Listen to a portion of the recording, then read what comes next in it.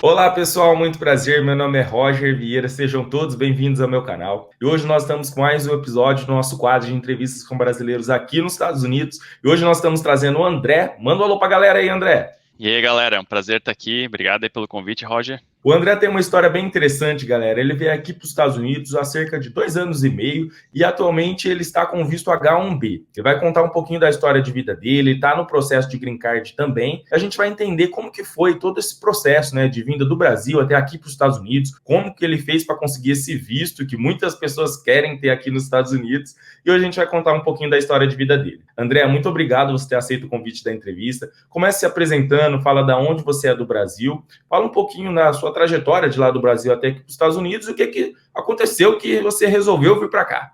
Então, como já foi dito, né, meu nome é André e também muito obrigado aí pelo convite, é um prazer estar participando. Bom, eu sou do sul do Brasil, de Santa Catarina, uma cidade chamada Blumenau, de repente o pessoal até conhece pela Oktoberfest, que é meio famosa no Brasil inteiro, né, e eu sou desenvolvedor de software. Essa é a minha paixão, eu já faço isso há quase 14 anos e foi exatamente a minha profissão que acabou me dando a oportunidade de vir parar aqui nos Estados Unidos. Você sabe que esse visto H1B é um visto muito requisitado, né? As pessoas têm muita dúvida também, quer saber como que faz para conseguir ele. Conta para nós, como que você ficou sabendo desse visto? Como que você conseguiu vir aqui para os Estados Unidos? Como que foi a oportunidade? Existe uma empresa chamada TopTal, que ela é uma intermediadora de pessoas que querem trabalhar remotamente e de empresas que estão procurando trabalhadores remotos, né? Aí eu fiquei sabendo dessa empresa e eu tentei passar pelo processo, até precisei tentar 2 vezes, mas acabei passando na segunda, né? E achei um trampo aqui para trabalhar para uma empresa de Chicago, né? E aí, depois de um tempo que eu estava trabalhando para essa empresa, do nada, assim, no LinkedIn, veio um cara da Booking.com, lá da Holanda, me oferecer uma vaga para ir para lá. E eu fui todo despretensioso, assim, eu pensei, bom, vamos ver o que que dá, né? E eu acabei passando partes e mais partes do processo, até que uma hora ele falou assim, tá, o próximo passo é tu vir fazer uma entrevista aqui. E daí minhas pernas já ficaram bamba e tudo mais, perdi toda a força, assim, né? Aí eu pensei, putz, calma aí, eu achei que isso não ia dar nada. Eu gostava muito do meu chefe na época, né? Dessa empresa aqui de Chicago, já estava trabalhando remotamente para ele. E eu cheguei para ele e falei toda a verdade, sabe? Ó, isso aqui aconteceu, não sei o quê. Só que eu tenho um sonho maior de ir para os Estados Unidos do que para ir para a Europa. Aí eu perguntei assim, tu estaria por acaso disposto a tentar me levar para os Estados Unidos? Aí ele falou, olha, eu gosto bastante de ti, então sim, podemos tentar. Aí ele foi lá, conversou com o RH, não sei o quê, e deu certo. Aí ele falou, ó, beleza, eles deram a permissão, vamos abrir o processo. Aí abriram o processo e aí foi um ano mais ou menos assim de preenchendo documento para cá e para lá. Eles faziam mais pergunta. Aí às vezes era meses esperando o governo responder qualquer coisa, sabe? Porque o governo aqui com o negócio de vista é um pouquinho lento, né? Parece até o Brasil, assim. Burocracia e tudo mais, né? Mas aí deu certo. Isso foi em 2018 que a gente veio para cá e estamos aí desde então. Tá certo. Então, o seu chefe lá do Brasil praticamente cobriu a sua proposta de ir para a Holanda. Não, ele na verdade é daqui, né? Ah, Porque na verdade a TopTal é uma empresa daqui e daí então a outra empresa para a qual eu trabalhava também é daqui de Chicago. A TopTal dos Estados Unidos, Chicago, a empresa para a qual eu trabalhava daqui de Chicago. E então ninguém nessa história aí é brasileiro, na verdade, nenhum brasileiro envolvido, tá além de certo. mim, né? Beleza.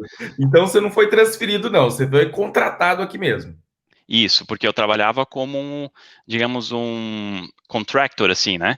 E quando eu Uhum. vim para cá, aí eu vim como um funcionário mesmo, porque para ter um H-1B, aí tá uma informação importante, né? Você precisa ser funcionário, você não pode ter só um contrato ali de um ano, alguma coisa assim. Não, tem que ser funcionário com todos os direitos e tudo mais. E aí você falou, ó, esposa, nós estamos indo para os Estados Unidos, vai arrumando todas as coisas aí. Como que ela recebeu essa informação?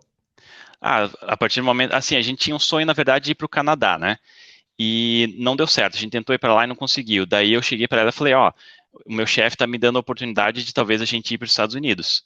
E aí ela ficou feliz, né? A gente já queria morar em outro lugar, ter uma experiência diferente e tudo mais, conhecer algo diferente do Brasil, né? Ela ficou super empolgada. E devido à demora, que até deu uns probleminhas ali no meio do processo, que eles exigiram mais prova de que eu era realmente um especialista e não sei o quê, demorou uns 2, 3 meses a mais. E aí a ansiedade estava, assim, corroendo por dentro, sabe? Tanto eu quanto ela. Até porque a nossa vida ficou um pouquinho, digamos, estagnada lá no Brasil, né? Ah, vamos comprar isso, vamos fazer aquilo, não vamos, não sei o quê. Sabe, a gente não queria dar muito andamento para nossa vida lá, sendo que a gente ia vir para cá.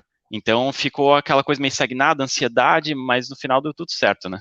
Tá certo, beleza. E conta um pouquinho do processo também, né? Porque como você falou, né, esse é um processo um pouquinho complexo. Eu já ouvi falar que geralmente as vagas abrem em determinada data para começar só lá depois. Você consegue falar para a galera que está nos assistindo um pouquinho de como que foi o seu processo? O que que demorou? O que que foi difícil? Fala um pouquinho para nós, para a gente entender. Então, primeiro vieram os advogados conversar comigo, né? Aí eles tinham lá um portal onde tinha vários documentos que eu tinha que preencher. Aí vai tudo, né? Vai o nome da família, da mãe, do pai, endereço, aí um monte de coisa a ver com a profissão, que tem que colocar lá a minha experiência anterior, por que que eu sou um especialista nessa área, e há quantos anos eu tô lá, tem que também passar histórico escolar e diploma, que é necessário ser bacharel em alguma área, e ainda preencher os documentos, apesar de ser uma coisa chata e ter vários campos lá que eu tinha dúvida, assim, pô, será que isso aqui eu preencho assim, ou assado? Mas a parte pior é quando enviava alguma coisa e ficava na mão do governo e daí ficar esperando a resposta. Eu não sei agora exatamente todos os documentos envolvidos, porque como tinha ali a empresa dos advogados, eles lidavam com tudo isso, sabe? Então, sabe, tem uma infinidade de formulários lá, que é um monte de letra e número, assim, né? Eu não lembro o nome deles agora. Mas aí, cada vez que tinha um novo, assim, eles falavam, ó, agora tá nessa parte aqui, daí precisa mais dessa informação. Eu ia lá, preenchia os negócios, mandava para eles e esperava. Aí, às vezes eu ia lá e perguntava assim, ei, já tem uma coisa, já tem uma coisa? Não, ainda não tem, a gente tem que esperar o governo, não tem o que fazer. Tá certo. Nesse processo você teve que pagar alguma coisa? Porque geralmente as pessoas estão vindo para cá, elas pagam aquele formulário, DS 160, se é estudante paga outros formulários. Você teve que pagar alguma coisa ou a empresa pagou tudo? Essa parte toda do processo que eu estava comentando até agora, eles pagaram por conta própria mesmo. Aí a parte do DS 160, que justamente envolve a parte de ser entrevistado no consulado, né?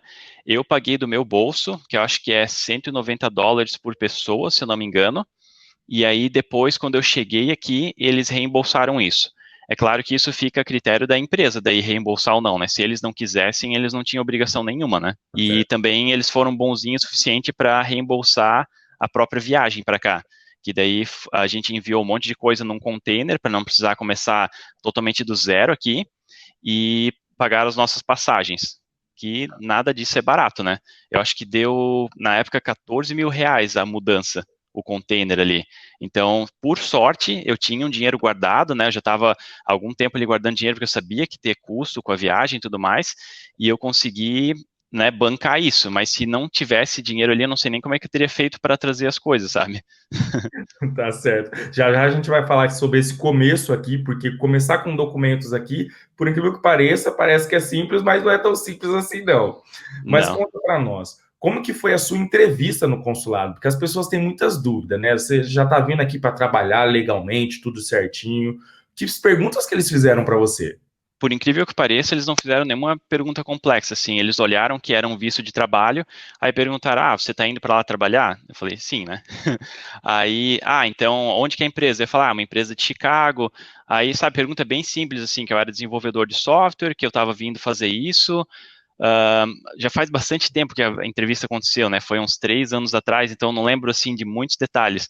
Mas eu lembro que de ter visto alguém pedindo o visto de turista e eles fizeram muito mais perguntas. Não dava para ouvir muito bem porque eu estava na fila um pouco para trás, né? Mas deu para ver nitidamente que quem estava vindo como turista eles fizeram muito mais perguntas do que para mim, porque justamente tem todo esse processo antes de provar da minha área e tudo mais, eu acho que na hora da entrevista daí diminui um pouco assim esse negócio de negar ali, sabe, a vinda. Eu acho que naquele momento, para quem já está com tudo certinho num processo de visto de trabalho, deve ser bem difícil eles negarem ali na entrevista, sabe? E aí, depois que foi feita a entrevista, foi aprovado, o visto com o passaporte chega lá na sua casa no Brasil, ou você já retira ali na hora? Como que funciona? Então, pelo que eu vi, tem uma opção de pedir para tirar ali no próprio consulado, que é mais rápido, mas como o consulado não fica perto da nossa casa, a gente foi até São Paulo para fazer isso, aí eu escolhi a opção de correio. Se eu não me engano, demorou um pouquinho mais de uma semana para voltar. E aí, continuava aquela ansiedade também, né? Porque apesar de que eles falaram que estava aprovado, a gente queria abrir ali o passaporte e ver o visto aprovado ali dentro, né?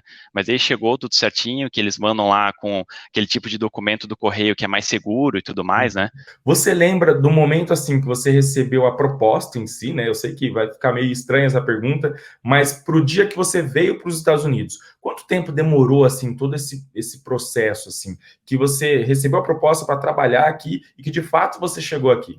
Então, a gente chegou aqui, deixa eu ver, acho que demorou mais ou menos, desde que a gente chegou até eu começar a trabalhar, foram umas 2 semanas, assim, se estabelecendo, sabe? Que foi o período que a gente basicamente entrou em acordo, né? Uhum. Uh, quando a gente ainda estava no Brasil e que já tinha todas as confirmações, eu comecei a entrar em contato com pessoas alugando imóveis. E aí eu encontrei uma pessoa que ela gerencia um prédio, digamos assim, que eles têm vários gerentes de vários prédios diferentes, porque a maioria não me deu muita bola, tá? Que eu estava lá no Brasil e não tinha endereço aqui nos Estados Unidos nem nada, não tinha crédito, e eles não queriam me dar muita bola. Mas aí, como é uma empresa um pouco maior e tudo mais, aí eu fui conversando com essa pessoa e ela aceitou eu alugar um apartamento nesse prédio ali. Então, quando a gente chegou, a gente já tinha a nossa casa, sabe? Claro que a gente chegou lá no aeroporto de Chicago, pegou um táxi no susto, assim, foi para lá, ela entregou a chave, a gente estava morto de cansaço, porque é uma viagem bem cansativa, né? E ainda a gente estava com o nosso filho. A gente entrou, jogou o que tinha de roupa ali no chão, deitou ali, dormiu um pouco para descansar. E assim que deu, a gente conhecia uma pessoa aqui também, brasileira, e ela levou a gente ali no mercado e ela trouxe um colchão inflável para a gente. Então, já no primeiro, segundo dia, a gente teve meio que o básico assim para sobreviver, sabe? Um colchãozinho para dormir em cima e um pouquinho de comida para comer e se virar no começo. E aí, então, umas 2 semanas depois, eu já comecei a ir para o trabalho, né? Pegar o trem e tudo mais, não tinha carro, não tinha nada, né? E também para ir para o centro de Chicago não se vai de carro, porque é uma fortuna para estacionar e tem trânsito e tudo. Não sei se fugi um pouco aqui da pergunta Não, do tá tópico, mas dentro do foi mais ou menos assunto por mesmo. aí. E é interessante você falar sobre isso, porque a gente sabe que muitos imigrantes vêm para cá e, na maioria dos casos, vêm com vistos que não autoriza a trabalhar, vêm em condições complicadas, né? E você, sua esposa, seu filhinho, vocês chegaram com documentos e tudo, mas ainda assim a vida não é fácil, né? Porque Não. sem crédito aqui nos Estados Unidos é um pouco complicado. Você consegue falar para a galera quais foram as dificuldades que você e sua família passaram chegando aqui nos Estados Unidos, essa adaptação? Então, uma das primeiras coisas foi que o meu visto não foi feito com o Social Security Number, né? Que eu descobri depois que ele já poderia ter sido feito com isso, que é tipo o CPF, né? Para de repente quem está assistindo não conhece. E aí então eu tive que ir lá no estabelecimento onde eles fazem isso. Como é que é o nome mesmo agora? É o escritório Uh, de Social acho que é Security, né? Social Security Office, né? Acho É, que eu é. acho que é isso. Eu tive que ir nesse lugar, daí eu levei lá meu passaporte com visto, até que foi tranquilo, assim, tive que preencher umas coisas, mas aí eu já descobri que eu não poderia fazer um para minha esposa, porque ela tem um visto como cônjuge de alguém que está trabalhando aqui. Ou seja, eu tenho o H1B, ela tem o H4, né, H4. E até hoje, na verdade, eu acho que a gente pode pedir uma permissão de trabalho, mas não é muito fácil de conseguir. É mais fácil conseguir depois que a gente já tiver o green card, né? Então, esse foi o primeiro passo. Conseguir, daí, no caso, o social, né? Aí depois também mobiliar a nossa casa aos pouquinhos, sabe, tinha vergonha, mesmo sabendo falar inglês, tinha vergonha de ir nos lugares, pedir as coisas e tudo mais. Então a gente teve que ir comprando tudo aos pouquinhos, porque querendo ou não, mesmo que a gente trouxe as nossas coisas, demorou 2 meses para chegar depois que a gente já estava aqui, que o container demora um monte. Então a gente teve que comprar as coisas básicas para se virar no dia a dia, né? E aí mais uma ansiedade esperar o container chegar. E conta para nós, você veio para trabalhar aqui, a gente já vai falar um pouquinho do seu trabalho, que você já não está mais, mas a gente vai entender. Mas como que foi a adaptação da sua esposa, né? Porque, de fato, você está vindo, né, com um propósito específico, ela está vindo sem a necessidade de trabalhar, sem o Social Security, que é muito importante. Isso afetou muito a vida dela? Porque é uma pergunta que é relevante também. Sim, teve um bom tempo ali que ela estava praticamente só em casa e só cuidando do nosso filho. Ela estava começando a ficar bem assim estressada, bem ansiosa com toda a situação, sabe? Tava longe de todos os amigos e família e tudo mais. Aí então, uma das coisas que a gente fez, apesar de ser bem caro aqui, foi colocar o nosso filho em uma creche, que é chamada daycare aqui, né? Uhum. Para aliviar um pouquinho o estresse dela, que o nosso filho é bastante ativo e tudo mais, então ele estava deixando ela meio maluca, assim, sabe? E aí, depois de um tempo, ela chegou a ter um trabalho informal, que ela é maquiadora, ela trabalhou no estúdio de fotografia maquiando quando precisava ali, sabe?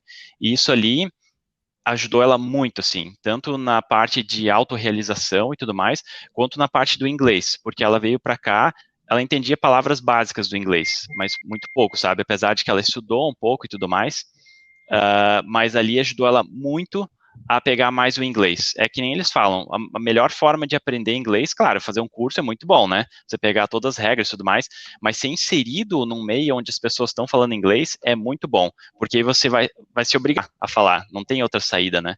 Fala um pouquinho do seu trabalho em si, né? Do seu antigo trabalho, né? Porque você já saiu do trabalho. Mas como que era o Sim. trabalho em si? Fala um pouquinho de como que funciona. Qual que era o prazo do visto também, né? Porque a gente sabe que é um visto classificado como não imigrante, mas existe um meio para você alcançar uma legalização. Fala um pouquinho Sim. do seu antigo trabalho. Então, meu antigo trabalho, basicamente, era uma empresa de... Eles têm um aplicativo de promoções e é especificamente para a área de, sabe, dessas redes de mercados mais orgânicos, assim, e tudo mais. Aí, sabe, quando tem lá assim, eu quero... tem rewards ali, como é que é em português? Fugiu a palavra agora. Benefícios? Benefícios, recompensas, assim, que você vai acumulando os pontinhos e não sei o quê. Então, é isso que eles faziam. E eu estava envolvido ali na parte mais, assim, por baixo dos panos, sabe? O que está acontecendo lá que a pessoa não vê no aplicativo. No meu visto ali, tinha 1 ano e meio, mais ou menos, de duração. Não lembro exatamente agora quanto era, né? Mas o H-1B, na verdade, ele pode ser renovado, né? Até 6 anos. E aí, então, você está falando ali que eu não estou mais trabalhando lá. O que que aconteceu? O meu chefinho querido do meu coração que me trouxe para cá foi demitido no meio do processo que eu estava vindo para os Estados Unidos. E isso Caraca, já me deu uma coisa ruim, assim, sabe? Porque eu gostava muito dele e eu sabia que as coisas iam mudar e possivelmente não iam ser para melhor, né? E foi colocado no lugar dele um cara, assim, que ele não tem habilidades sociais, sabe? O cara é meio que um robozão, assim, e dá para perceber já que eu gosto de falar bastante, né? E eu, assim, na minha profissão, eu gosto sempre de falar, essa coisa aqui não tá legal, a gente precisa mudar isso, mudar aquilo, fazer isso, fazer aquilo. E eu já estava lá 2 anos trabalhando para essa empresa, sabe? Por mais que eu tinha acabado de chegar nos Estados Unidos, eu tinha muito conhecimento do sistema e tudo mais. E eu cheguei, tive algumas conversas com ele, mais explicando, isso aqui a gente precisa mudar, isso aqui não tá legal. E ele não gostava, assim, do meu jeito questionador e, sabe, ele achou, eu acho que eu estava questionando a autoridade dele. E daí, depois de 1 mês, assim, de a gente ter tido alguns atritos e tudo mais, ele falou que eu não era uma boa, como é que ele falou, um bom fit cultural, sabe? Que eu não me caraca. encaixava bem na cultura dele. Inclusive, eu fiz uma amizade lá com uma pessoa que já trabalhava comigo desde quando eu estava no Brasil, né? E quando eu vim aqui para os Estados Unidos, a nossa amizade se fortaleceu. Aí ela falou assim, não, realmente você não se encaixa bem na cultura dele, porque a cultura dele é uma porcaria. Mas daí, né, com essa frase que ele soltou, ele entregou ao mesmo tempo a carta da minha demissão. E ele, inclusive, perguntou, ele estava com 2 papéis, assim. Ele perguntou se eu queria voltar para o Brasil ou se eu queria ficar lá. E daí, para ficar lá, ele fez um contrato, agora eu até posso falar sobre isso, na época eu não podia, durante 1 ano, que ele me pagou 2 meses ainda para ficar aqui, pagou meu salário. Acho que ele teve um mínimo de consciência de saber que eu tinha vindo de lá para cá com família e tudo, e aí, sabe, ele me deu alguma forma de eu me manter aqui enquanto eu procurava um emprego. E esse contrato daí dizia que eu não podia falar mal deles e não sei o que, eu não podia falar sobre o contrato, tipo o Clube da Luta, não tem? Primeira regra, não falar sobre o Clube da Luta. Mas aí, com isso, então, eu consegui sobreviver 2 meses, que foi o tempo que eu fiquei procurando emprego, e aí, de repente, posso já me fazer uma pergunta? Como Pode, foi que pode eu consegui fazer. outro Aqui eu emprego? sou convidado, faça as perguntas. Beleza, daí como é que eu consegui outro emprego, né?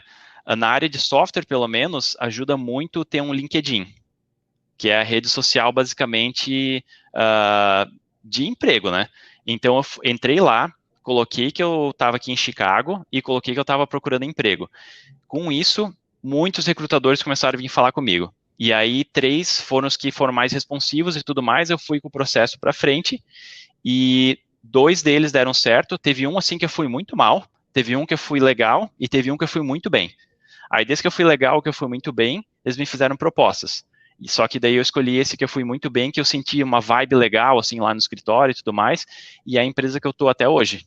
Caraca, que bacana, cara. E essa é uma dúvida que as pessoas têm bastante, né? Porque a gente sabe que quando a pessoa vem com visto de trabalho, ela é contratada para trabalhar naquela empresa. Então ela tem que Sim. seguir ali a regra do visto. Mas quando da demissão, qual que é o prazo que você tem para encontrar um outro empregador? Existe essa possibilidade mesmo? A gente viu que você conseguiu. Como que funciona? Então, se você perde o seu vínculo trabalhista, você tem 2 meses para procurar outra coisa e começar um novo trabalho, sabe? Se você não conseguir, você fica fora de status. Aí, teoricamente, você tem que voltar para o seu país de origem, né? Só que estar fora de status não é a mesma coisa que estar ilegal, né? Então, não é assim que você pode ser preso ou qualquer coisa desse tipo. Eu nem sei quais são as consequências exatamente se eles te pegarem fora de status, mas eu acredito que não são muito graves. Talvez eles só vão te convidar a ir embora, sabe? Aí o que acontece ali com o visto é como você falou, precisa estar o nome da empresa. Lá no meu passaporte, no visto, naquele adesivo que tem, está escrito o nome da empresa lá, junto com a data de validade, o número e tudo mais. Aí essa empresa que me contratou, que eu estou trabalhando até hoje, eles pagaram também uma firma de advogado e tudo mais para fazer o processo de transferência. E aí eu tive o azar mais uma vez de eles exigirem prova de que eu sou especialista e não sei o quê, então demorou 1 ano mais ou menos até sair a transferência. E nesse meio tempo eu não podia voltar para o Brasil. Quer dizer, eu até poderia, mas corria o risco de eles olharem no sistema uma empresa e no meu visto outra empresa e dizerem assim, olha, as informações não batem, a gente não vai deixar você entrar. Então, para não correr esse risco, enquanto eu não ganhei a permissão ali, o novo visto, né, quando eu não estava 100% transferido para a nova empresa, a gente não foi para o Brasil. Isso não significa que eu não podia trabalhar para eles, porque a documentação ali, os papéis e tudo mais, estava tudo certo. Eu só não poderia realmente conseguir o novo adesivo no meu passaporte, enquanto não tivesse ali a aprovação final. Então é um processo bem complexo, né? Então, eu já ouvi dizer de pessoas que foram rápido assim na transferência, sabe? Que durou ali alguns meses, estava tudo certo. Mas quando eles pedem esse negócio de provar que é especialista, demora. Porque daí tem que redigir mais um monte de documento e prova de empregos anteriores e não sei o quê. Nossa, é uma chatice, assim. Tá certo. Você consegue falar para nós? Você não precisa falar o de atualmente. Você pode falar o antigo. Quanto que você ganhava assim no antigo, no trabalho antigo, para a galera saber, né? Será que eles pagam bem para uma pessoa que está vindo do Brasil para cá ou não? Então, aqui é sempre contado por ano, né, o salário. O primeiro salário que eu ganhei aqui foi de US$ 90.000, que é considerado um salário muito bom. Na Muito verdade, bom. mesmo para quem é daqui mesmo e tudo mais, sabe? Então, assim, é que vai depender muito da sua área, né? Então, a área de desenvolvimento de software, se você tem experiência, sabe o que está fazendo, é muito valorizada, né? Mas dá sim, dá para vir aqui, ganhar um salário bem legal e viver bem. Tá certo, show de bola. Então, para você, ó, já vai estudando nessa área aí, porque dá dinheiro aqui dos Estados Unidos. Dá dinheiro sim. Tá certo. E fala um pouquinho do seu trabalho atualmente, o que que você faz aqui hoje para a galera saber. E conta também como que está surgindo essa oportunidade de se legalizar aqui nos Estados Unidos, partindo do visto H1B. Então, atualmente, essa empresa para a qual eu trabalho é uma empresa de consultoria, também dentro do desenvolvimento de software. Então, não sei se já ouviram falar da empresa Discover, que ela é também uma empresa de cartão de crédito.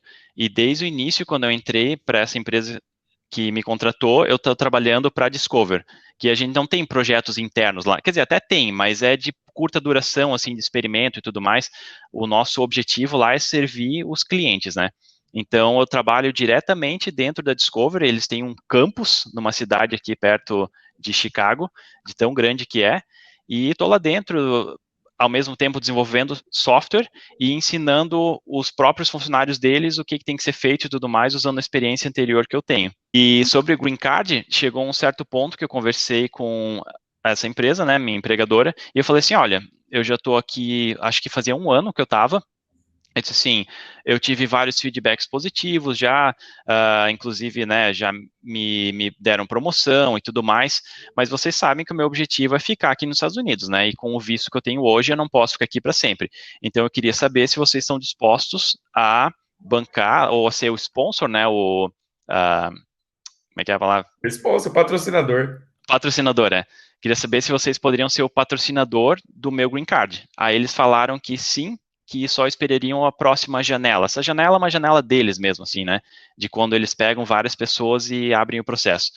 Aí, quando chegou o momento, que foi, acredito, uns 6 meses atrás, não, acho que faz mais já, foi no final do ano passado, aí eles falaram, ó, beleza, agora tá vindo aí a nova janela, então vamos abrir o processo, E aí também, né? Mesma coisa, um monte de informação que tem que passar, prova de empregos anteriores. Parece que eles gostam de pedir as mesmas informações de novo, sabe? Mas aí eu não consigo dar informação muito além disso, porque o processo ainda está em andamento e fica muito na mão dos advogados, sabe? Eu não tenho tanto contato assim com os documentos finais e tudo. Se eu pedir para eles, acho que eles devem fornecer, mas sabe como é que é, né? Aquela burocracia toda, você vai ler, não vai nem entender metade do que está escrito, né? Você não sabe nem falar se é EB1, EB2 ou EB3, você não vai saber. Ah, eu acho que é o B1, se eu não me engano, mas eu não tenho certeza. É, tá certo, não tem problema não. E conta para nós, né? Muitas pessoas têm vontade de vir aqui para os Estados Unidos, né? Atuar também, até nessa área da tecnologia da informação, principalmente aqui no Vale do Silício, é bem bacana, tem muitas oportunidades. Para a galera que quer buscar vagas, como que eles podem fazer para encontrar? Você que está nesse meio, você vê que tem muita oportunidade, principalmente na região que você está, ou às vezes em outros lugares. Eu diria que Chicago, assim, em primeiro lugar, vale do Silício, né? Mas aqui em Chicago também é muito forte na área de software, tem muitas empresas de consultoria também, e oportunidade, eu diria que uma das formas mais fáceis é fazer exatamente o que eu fiz. Trabalhar remotamente para alguma empresa situada aqui nos Estados Unidos, ganhar a confiança do chefe, seja lá com quem você trabalha ali, e chegar num certo ponto e perguntar, ó, você estaria disposto a me trazer? Tirando isso, eu sei que existem alguns sites, tipo, bem voltados para software mesmo, Stack Overflow, ou você pode procurar no LinkedIn, tem o Glassdoor, que também é geral de empregos. Às vezes eles colocam lá vagas de emprego, dizendo que existe oportunidade de visto de trabalho, porém, é bem raro. Inclusive, eu estou tentando trazer um amigo meu para cá, e eu estou meio que me utilizando do meu LinkedIn, quando recrutadores vêm falar comigo, aí eu digo assim, ó, não estou interessado em mudar de emprego agora, mas eu tenho um amigo que quer vir do Brasil. Ah, não, a gente não tem oportunidade agora de sponsor. Ah, não tem oportunidade de sponsor. Sabe, eles preferem, no geral, contratar alguém que já está aqui, ou pelo menos contratar alguém que eles já conhecem. E o motivo disso, acredito eu, é porque é um processo demorado, é um processo caro, então às vezes eles não querem ficar ali um ano em cima de um processo desse, traz a pessoa para cá e a pessoa não é o que eles esperavam, sabe? Então, por isso que eu digo, é muito mais fácil já estar trabalhando para a empresa. Ou, de repente, procura no Brasil uma empresa que ou tem filial aqui nos Estados Unidos, ou ao contrário, né? Que é uma empresa dos Estados Unidos, tem filial no Brasil, e que, de repente, já tem algum histórico, alguma coisa de trazer gente para cá.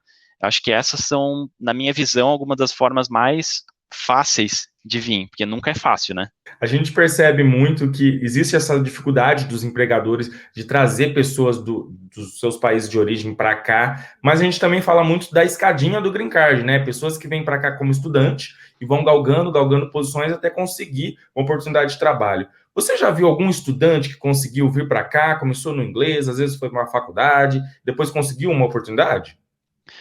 Olha, eu sei que algumas pessoas que trabalham comigo são também imigrantes, algumas porque os pais já vieram anteriormente, mas algumas vieram estudar e acabaram fazendo exatamente o que você falou. Eu não sei daí como funciona exatamente o processo assim, de converter o visto de estudante para trabalho e conseguir green card e assim por diante, né? Mas eu sei que tem sim pessoas que vêm fazer isso, né? Estuda ali ciência da computação aqui, aí às vezes já engata direto ali no emprego, faz um estágio primeiro, depois converte realmente para um emprego full time, né? Mas a única vírgula que eu coloco ali é que, até onde eu sei, é bem caro fazer isso, né? Então É. tem que guardar uma boa grana, fazer um bom pé de meia se quer fazer isso. Mas realmente é uma boa forma, porque daí você já está aqui, né? E já, quando você já está aqui, as oportunidades vêm, né? As portas se abrem. E conta para nós, né? Você, sua esposa, filhinho, atualmente vocês estão aqui há mais de 2 anos, né? Quais são os pontos positivos e os pontos negativos de morar aqui para vocês que vieram com todos os documentos certinhos, estão aqui trabalhando legalmente, estão tudo bonitinho? Quais são os pontos positivos e negativos? Eu diria que pontos positivos é aquilo que a maioria das pessoas já sabe, né? Que as coisas, no geral, funcionam melhor aqui nos Estados Unidos, né? Então, sei lá, as estradas são boas, você comprar tecnologia, carro, é muito mais barato, é muito mais fácil, até mesmo para comprar uma casa é mais fácil. Uh, assim, se você for dedicado, trabalhar e se esforçar, é muito. Não, não vou dizer que é muito fácil se dar bem aqui, mas as oportunidades estão ali, sabe? Se você é esforçado e você tem paciência para esperar as oportunidades virem, você vai se dar bem. Por lado negativo, eu diria que saúde aqui não é fácil. que é muito caro, mesmo tendo plano de saúde, você acaba desembolsando bastante. A nossa segunda filha nasceu aqui, eu tenho um plano de saúde pela empresa, mesmo assim a gente desembolsou uma boa grana. Ficar longe dos amigos e da família, independente com que tipo de visto você veio, não é uma coisa fácil, e não é barato eles viajarem para cá, a gente viajar para lá. Então, sabe, a gente se vê uma vez por ano, duas, alguma coisa assim. E outra coisa complicada também, pelo menos no início, é construir crédito, né? Que foi que a gente conversou antes ali.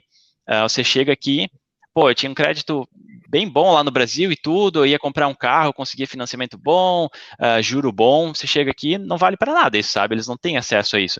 Aí você tem que pegar um cartão de crédito lá que você dá o dinheiro para ter o cartão de crédito, vai construindo crédito aos pouquinhos, aí consegue um cartão de crédito um pouquinho melhor, aí consegue financiar um carro mais baratinho, e aí vai aos pouquinhos construindo um crédito. Então, não é que é uma coisa ruim, mas é um processo que você é obrigado a passar, né? Tá certo. Eu costumo falar para as pessoas que é melhor você ter crédito do que ter dinheiro no banco. É verdade, é verdade. E você tem um canal no YouTube também. Fala um pouquinho do seu canal, que informação que você pode dar para a galera lá, para eles se inscreverem. Então, o meu canal no YouTube, falar um pouquinho de como ele começou, né? Eu um dia comentei ali da TopTal, essa empresa, né, que intermedia ali desenvolvedor de software, empresas que estão procurando trabalhadores remotos. Fiz um vídeo só para explicar para os meus amigos como é que funciona o processo, porque eu já tinha respondido várias vezes, eu não queria ficar repetindo aquilo de novo e de novo. Aí esse vídeo do nada começou a ter um monte de visualização, comecei a ganhar alguns inscritos, e 3 anos depois, quando eu já estava aqui nos Estados Unidos, eu pensei, pô, eu devia tocar para frente, sei, sabe? As pessoas se interessaram naquele vídeo toscão lá que eu fiz de qualquer jeito, e aí então eu decidi fazer uma linha, assim, eu vou colocar a linha desde o trabalho remoto até como eu vim parar aqui nos Estados Unidos. E aí é sobre isso meu canal, sabe? Às vezes ultimamente estou fazendo bastante vídeo dos Estados Unidos, mas ainda faço alguns vídeos sobre trabalho remoto, sobre desenvolvimento de software, mas para quem quiser informação também, né, sobre como é estar aqui, informação sobre Chicago e tudo mais, dá uma olhadinha lá que Tá bastante informação certo. sobre isso. Eu vou colocar as redes sociais dele aqui abaixo na descrição desse vídeo, depois vocês corram lá e sigam ele que tá show de bola. André, para a gente Obrigado. finalizar essa entrevista, em vista de todas as experiências suas, de lá do Brasil até aqui para os Estados Unidos, conseguiu o visto de trabalho, está começando agora a fazer o processo do seu green card. Se você pudesse dar um conselho para as pessoas que estão no Brasil, pessoas que nos acompanham, que quer vir aqui a passeio, a trabalho, a estudo, ou até mesmo uma pessoa que quer entrar no mesmo processo que você, o que você falaria para essas pessoas? Essa me pegou um pouquinho de surpresa, vamos lá. Eu diria que é muito importante se preparar, né? Independente da forma que você vai vir para cá, você vai ter custos e tudo mais, então faz um pé de meia, guarda um dinheiro, garante que você vai conseguir se virar aqui pelo menos inicialmente, porque mesmo que você venha a trabalho, às vezes demora até receber o seu primeiro salário. Se você quer seguir os mesmos passos que eu, vai lá, tenta conseguir um trabalho remoto, alguma coisa assim, ou se for ali através de estudo, já começa a ver as faculdades, às vezes tenta ver uma que não é tão cara assim, porque não é fácil, ainda mais agora com o valor que está, o dólar, né? Então, eu diria assim, planejamento, sabe? Planeja qual é a sua ideia, aquilo que você quer fazer, independente qual desses caminhos, qual das possibilidades, se planeja e vai executando aos pouquinhos e não desanima, porque o processo é lento, é demorado, não é fácil, mas o importante é ser determinado e não desistir do seu sonho. Tá certo, é isso aí. Bom, galera, então essa foi mais uma entrevista contando histórias de brasileiros. Hoje trazendo o André. Muito obrigado, André, pela participação. Lembrando que todas as redes sociais dele vão estar aqui abaixo. Siga ele, manda uma mensagem para ele e curte lá o canal dele, beleza? Se ficou alguma dúvida, deixa um comentário aqui abaixo. Se curtirem esse vídeo, deixe seu joinha, compartilhem com os amigos e não se esqueçam de se inscrever no canal para acompanhar as novidades. E vamos até o próximo vídeo. Muito obrigado, André. É isso aí, muito obrigado pela oportunidade. Foi muito bacana a nossa conversa aí.